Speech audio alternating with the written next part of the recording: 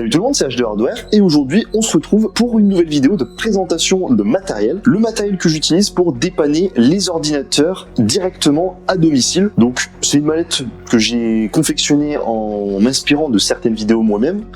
Donc d'autres créateurs de contenu qui présentaient leur matériel et j'en ai fait ma propre valise.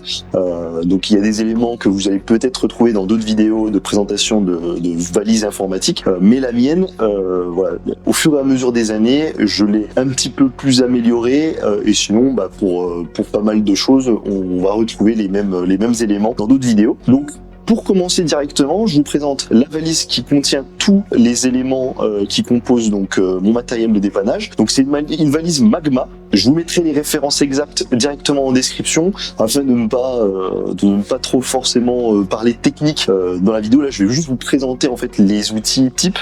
Et donc voilà, on commence par cette valise. Donc une valise Magma qui n'est pas forcément une valise utilisée normalement pour l'informatique, mais elle s'y prête bien pour ranger notamment tout ce qui est tournevis, tout ce qui va être pâte thermique, etc. En fait, vous avez des emplacements qui sont plutôt bien faits. Je vous la conseille, elle coûte assez cher. Moi, quand je l'avais acheté, elle était autour d'une centaine d'euros. Peut-être que maintenant, on peut en trouver des moins chers. Bien entendu, c'est une idée. Maintenant, si vous avez pas forcément les moyens d'entrée de jeu de vous faire une valise comme ça, un sac cabas ou un sac que vous portez à votre dos pourrait suffire. C'est plus si vous voulez pour avoir les outils accessibles le plus rapidement possible. Donc, vous avez deux ouvertures sur les côtés.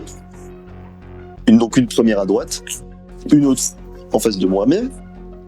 Et donc on va pouvoir changer la disposition des éléments. Donc moi je vous montre comment je les ai mis. Maintenant vous pourrez par exemple mettre les tournevis de l'autre côté, là tout le matériel de test, etc. le mettre sur le côté avant. Donc ça c'est vraiment le sur-mesure, vous pouvez faire ce que vous voulez. Au milieu vous avez une autre poche, en général pour mettre un ordinateur. Moi, je mets forcément des choses qui sont un petit peu fragiles puisque au moins tout ce qui est au milieu est vraiment protégé par les côtés. Donc voilà pour la valise. Valise plutôt complète. Vous avez vraiment beaucoup de rangements. Il y a vraiment énormément de rangements. On peut faire pas mal de choses avec cette valise. Bien entendu, le prix correspond forcément à la prestation donnée. Donc ça, c'est la première chose qui me sert. Donc vraiment, je l'emmène partout. On peut la porter assez facilement. Vous avez des hanches simple et ensuite vous avez une grosse bandoulière pour pouvoir la porter quand vous vous déplacez. Bon, en général elle reste dans la voiture, hein, donc vous la déplacez que très peu, mis à part pour rentrer chez le client. Deuxième outil, donc le deuxième outil que j'utilise le plus après cette valise, finalement c'est la mallette iFixit. La mallette iFixit, je vous la conseille pour un tas de raisons. Déjà parce que elle est plutôt complète pour dépanner et du PC classique Windows et du Mac. Parce que vous avez tous les embouts possibles et inimaginables.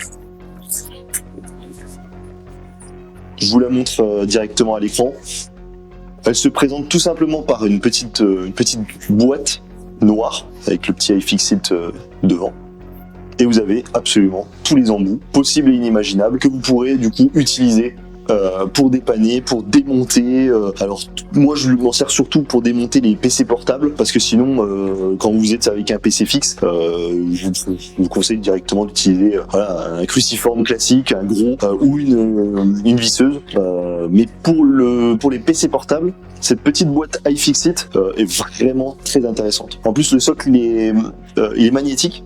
Donc vous pouvez poser les vis et ne pas les perdre, sinon après vous pouvez les mettre directement dans le petit cache des embouts.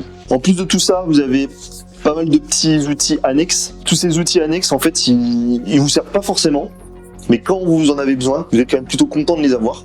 Donc vous avez de quoi démonter surtout les PC portables. En fait là, cette mallette, enfin cette petite boîte, elle est axée PC portable. Parce que en fait, je vous mens pas, mais là le petit embout, le petit connecteur là pour mettre tous vos embouts, en fait c'est pas forcément très pratique quand vous êtes sur des gros PC où voilà, vous êtes là, vous allez démonter une dizaine de vis. Là c'est vraiment pour les PC portables pour moi. Je l'utilise quasiment uniquement pour les PC portables. Vous avez une petite ventouse. Alors la ventouse pour le coup je l'ai utilisée très rarement, à part si vous faites du PC portable ou tablette, mais pour les PC fixes ou les PC portables vous allez très peu les utiliser. Autre élément que j'utilise très peu, c'est le petit bracelet antistatique. Il est livré avec, on le voit, hein, je l'ai pas beaucoup utilisé parce que je prends toujours des précautions quand vous démontez un ordinateur. Toujours mettre vos mains sur un boîtier en ferraille, ça va vous décharger de toute l'électricité statique que vous avez accumulée. Ne pas mettre un pull en laine, bon là en l'occurrence je fais pas de montage, donc voilà. Après vous modulez votre petit set comme vous le souhaitez. Là par exemple j'avais mis quelques petits serflex en plus. Ça après c'est à vous de voir, en fait c'est vraiment la mallette, enfin votre sac informatique, il faut le construire selon vos besoins. Si vous avez besoin d'outils en plus, n'hésitez pas à en rajouter. Là en fait c'est ce qu'il y a de base, mais n'hésitez surtout pas à changer la disposition et à rajouter des éléments dont vous avez besoin. Donc ça c'est vraiment pour moi le deuxième achat à faire, voire le premier achat à faire lorsque vous vous lancez dans le dépannage informatique, que ce soit à domicile ou directement en atelier, parce qu'avec ça au moins vous serez tranquille pour tout démonter. On ne pourrait pas vous dire ah mince les PC, les Mac je peux pas les faire, tel type de PC maintenant quand il y a du torx je ne peux pas les faire. Là avec cette mallette vous pouvez tout faire. Troisième outil que j'utilise le plus, ceci. Donc c'est un IODD. Je vous mets pareil en description. Alors c'est une ancienne version. Moi cette mallette je l'ai construite sur 4 ans. Donc là ça date d'un petit moment maintenant. Donc le petit IODD, donc c'est un lecteur de fichiers ISO, mais il me sert surtout de diagnostic en fait. Donc il y a un petit disque SSD dedans. Le petit disque SSD en fait il me permet de stocker toutes les données, tout ce qui est Windows, tout ce qui est pack office, etc. Et le plus important, moi je mets Medicat dessus. Donc Medicat c'est un petit logiciel de dépannage justement qui va vous permettre de diagnostiquer des ordinateurs et en fait avec ça, en fait vous allez partout et vous pouvez gérer absolument tous les problèmes, que vous soyez en atelier ou directement chez le client. Donc ça je vous le conseille, ça coûte assez cher. Rien que le boîtier je l'avais payé une centaine d'euros et le SSD 1 Tera que j'avais mis une centaine d'euros également, donc on est quand même sur 200 euros. Bon maintenant les prix des SSD ont baissé, mais attention, ça peut être vraiment très utile, mais pour le coup si vous faites pas énormément de dépannage, n'achetez pas ça, prenez plutôt un SSD externe, vous mettez un Medicat dessus, mais du coup ça vraiment pour le coup vous pouvez tout stocker dessus et tout archiver, tout faire une belle arborescence justement pour pas avoir à chercher dans vos fichiers ou d'avoir plein de clés USB, même si moi aussi j'en ai des clés USB dans ce sac, mais ça pour le coup ça regroupe absolument tout. Donc si vous avez les moyens, n'hésitez surtout pas. J'avais oublié de vous donner le prix de cette manette iFixit, donc on était sur à peu près une soixantaine d'euros, donc pour le coup ça c'est très rapidement rentabilisé.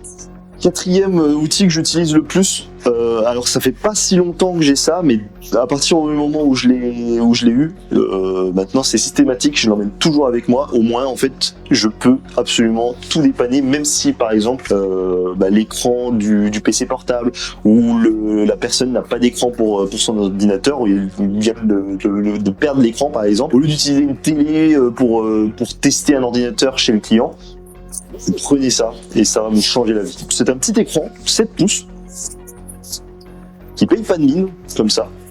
Je vous mettrai la référence également.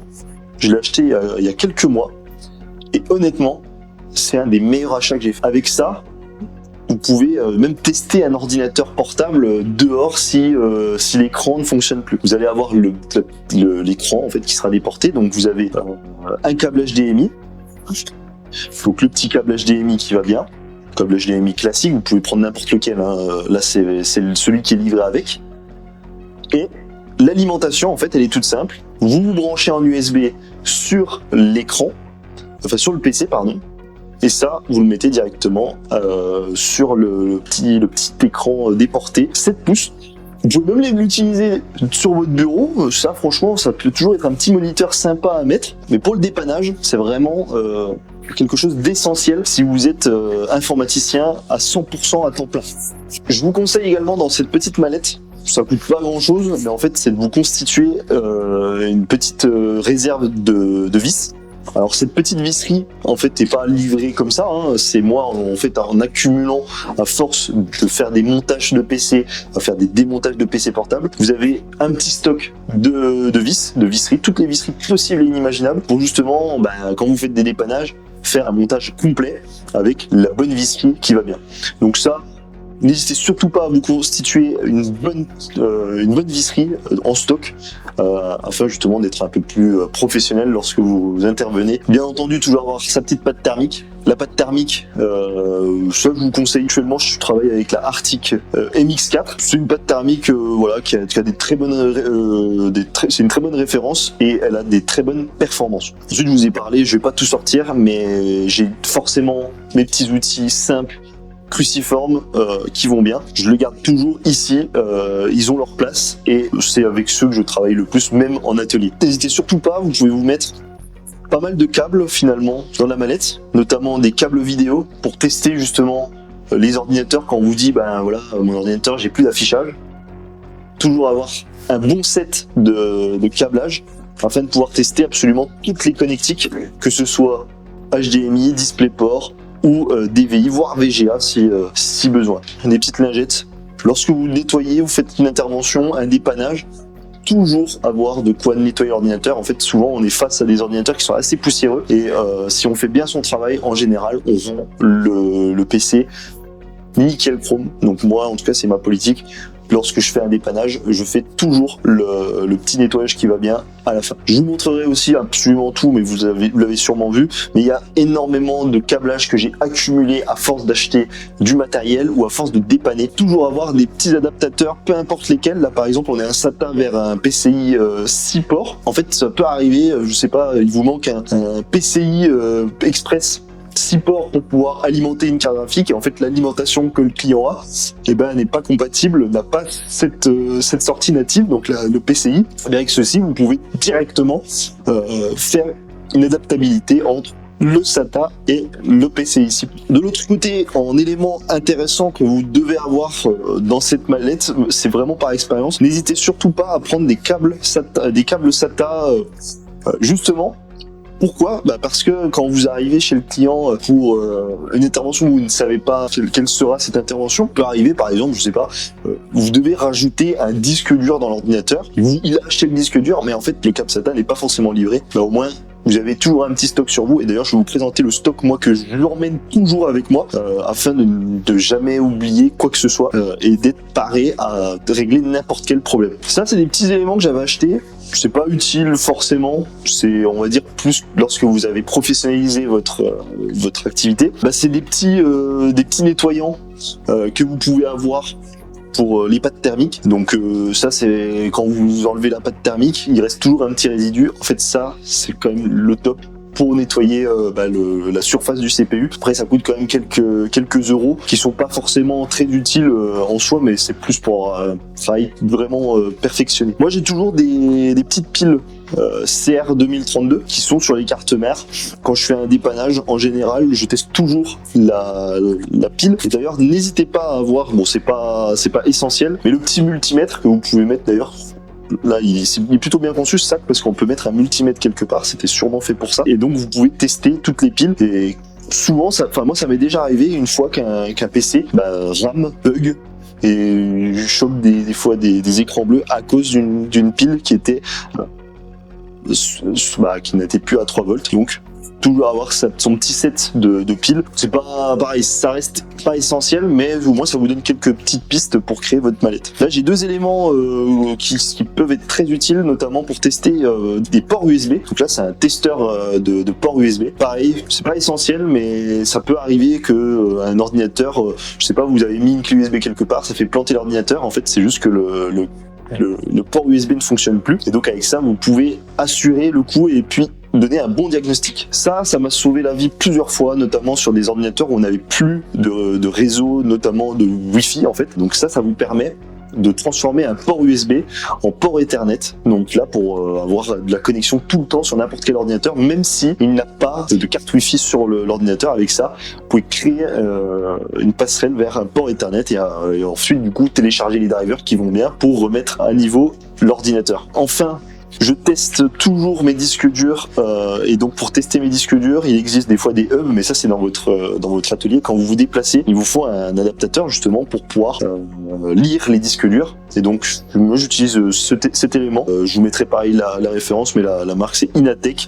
Donc là en fait vous branchez sur une prise secteur, vous mettez en USB sur un ordinateur et vous pouvez brancher n'importe quel disque dur, que ce soit du 2.5, du 3.5, pas les SSD M2 ni NVM, mais ça je vais vous montrer un petit élément que j'ai justement pour tester les SSD M.2 et pas les NVM. Je les ai pas, enfin ça dépend, il y a une référence que je ne peux pas tester avec cet adaptateur. Mais en tout cas ça c'est pareil, ça fait partie des éléments incontournables qu'on utilise très souvent quand on dépanne des ordinateurs. Ensuite du coup je vous parlais pour tester un SSD M.2.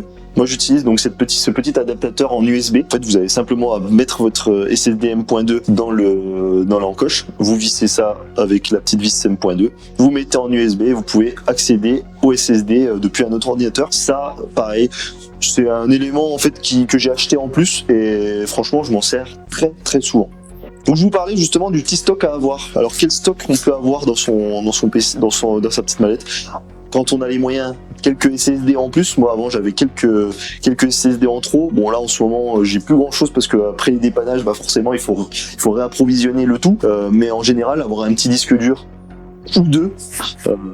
Là en l'occurrence j'en ai qu'un.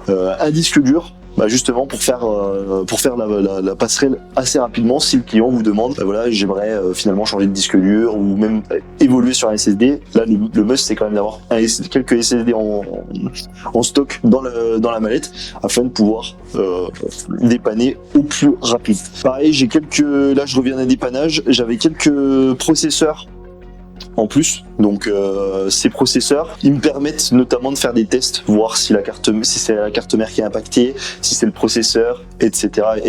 Mais en fait, toujours avoir du spare sur soi pour pouvoir tester les différents éléments. Pareil, on retrouve un petit câble SATA, j'en ai un peu partout des éléments. Donc ça, c'est vraiment finalement la mallette, je l'ai pas mal utilisée et il y a beaucoup de choses que j'ai pas forcément réapprovisionnées. Donc ça me permet de voir un peu ce que j'aurais besoin par la suite.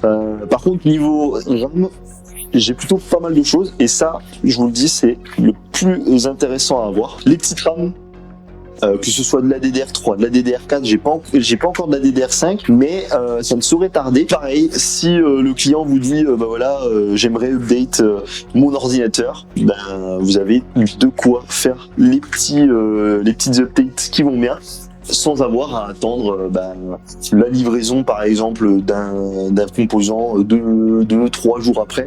Là au moins vous les avez directement. Donc là moi j'ai j'ai 5 petites barrettes, que ce soit de la SODIMM, de la DIMM, de la DDR3 ou de la DDR4, j'ai au moins un exemplaire de chaque. C'est juste que je n'ai pas, c'est la DDR5 pour le moment. Bien écoutez, on a fait le tour de cette petite mallette. Ce que je vous propose, c'est d'aller en description. Je vous mettrai les éléments les plus importants à avoir et ensuite tout ce qui en découle, tout ce que vous aurez besoin par la suite. En tout cas, n'hésitez pas à créer votre propre mallette. Lorsque vous faites les dépannages, vous allez voir les éléments qui vous manqueront et vous pourrez améliorer par la suite au fur et à mesure. De toute façon, une mallette comme ça, comme je vous l'ai dit, c'est sur des années. En fait, vous pouvez pas vous dire tout de suite, bon, je vais investir tant de choses, je vais mettre 500 € dans ça. En fait, là, je peux même pas savoir combien ça va coûter puisque il y a des choses que je récupère, il y a des choses que j'achète en plus. Mais l'entrée de jeu, c'est sûr que ça reste quand même un investissement qui est rapidement rentabilisé. Mais attention quand même à ne pas vous perdre, de ne pas acheter trop de choses, des choses trop high-tech pour finalement ne pas les utiliser et où en fait que ça ne fonctionne pas, que vous n'ayez pas assez de clients. Donc déjà commencez avec le peu que vous avez et ensuite quand vous commencez à avoir pas mal de clients et que finalement vous vous dites je veux être confort, je veux avoir pas mal de choses comme cette mallette-ci, là je vous dis avec ça vous pouvez peut-être à 99% des cas vous pouvez faire quelque chose. Après je dis pas, il y a des fois bon on n'a pas la carte mère qui va, on n'a pas la carte graphique pour tester, c'est vrai que ça serait peut-être des lacunes qu'on pourrait dire à cette mallette, mais en l'occurrence prenez cette mallette, vous pouvez dans 99% des cas dépanner la plupart des ordinateurs ou au moins les diagnostiquer. Sur ce, je vous dis à la prochaine, bye bye.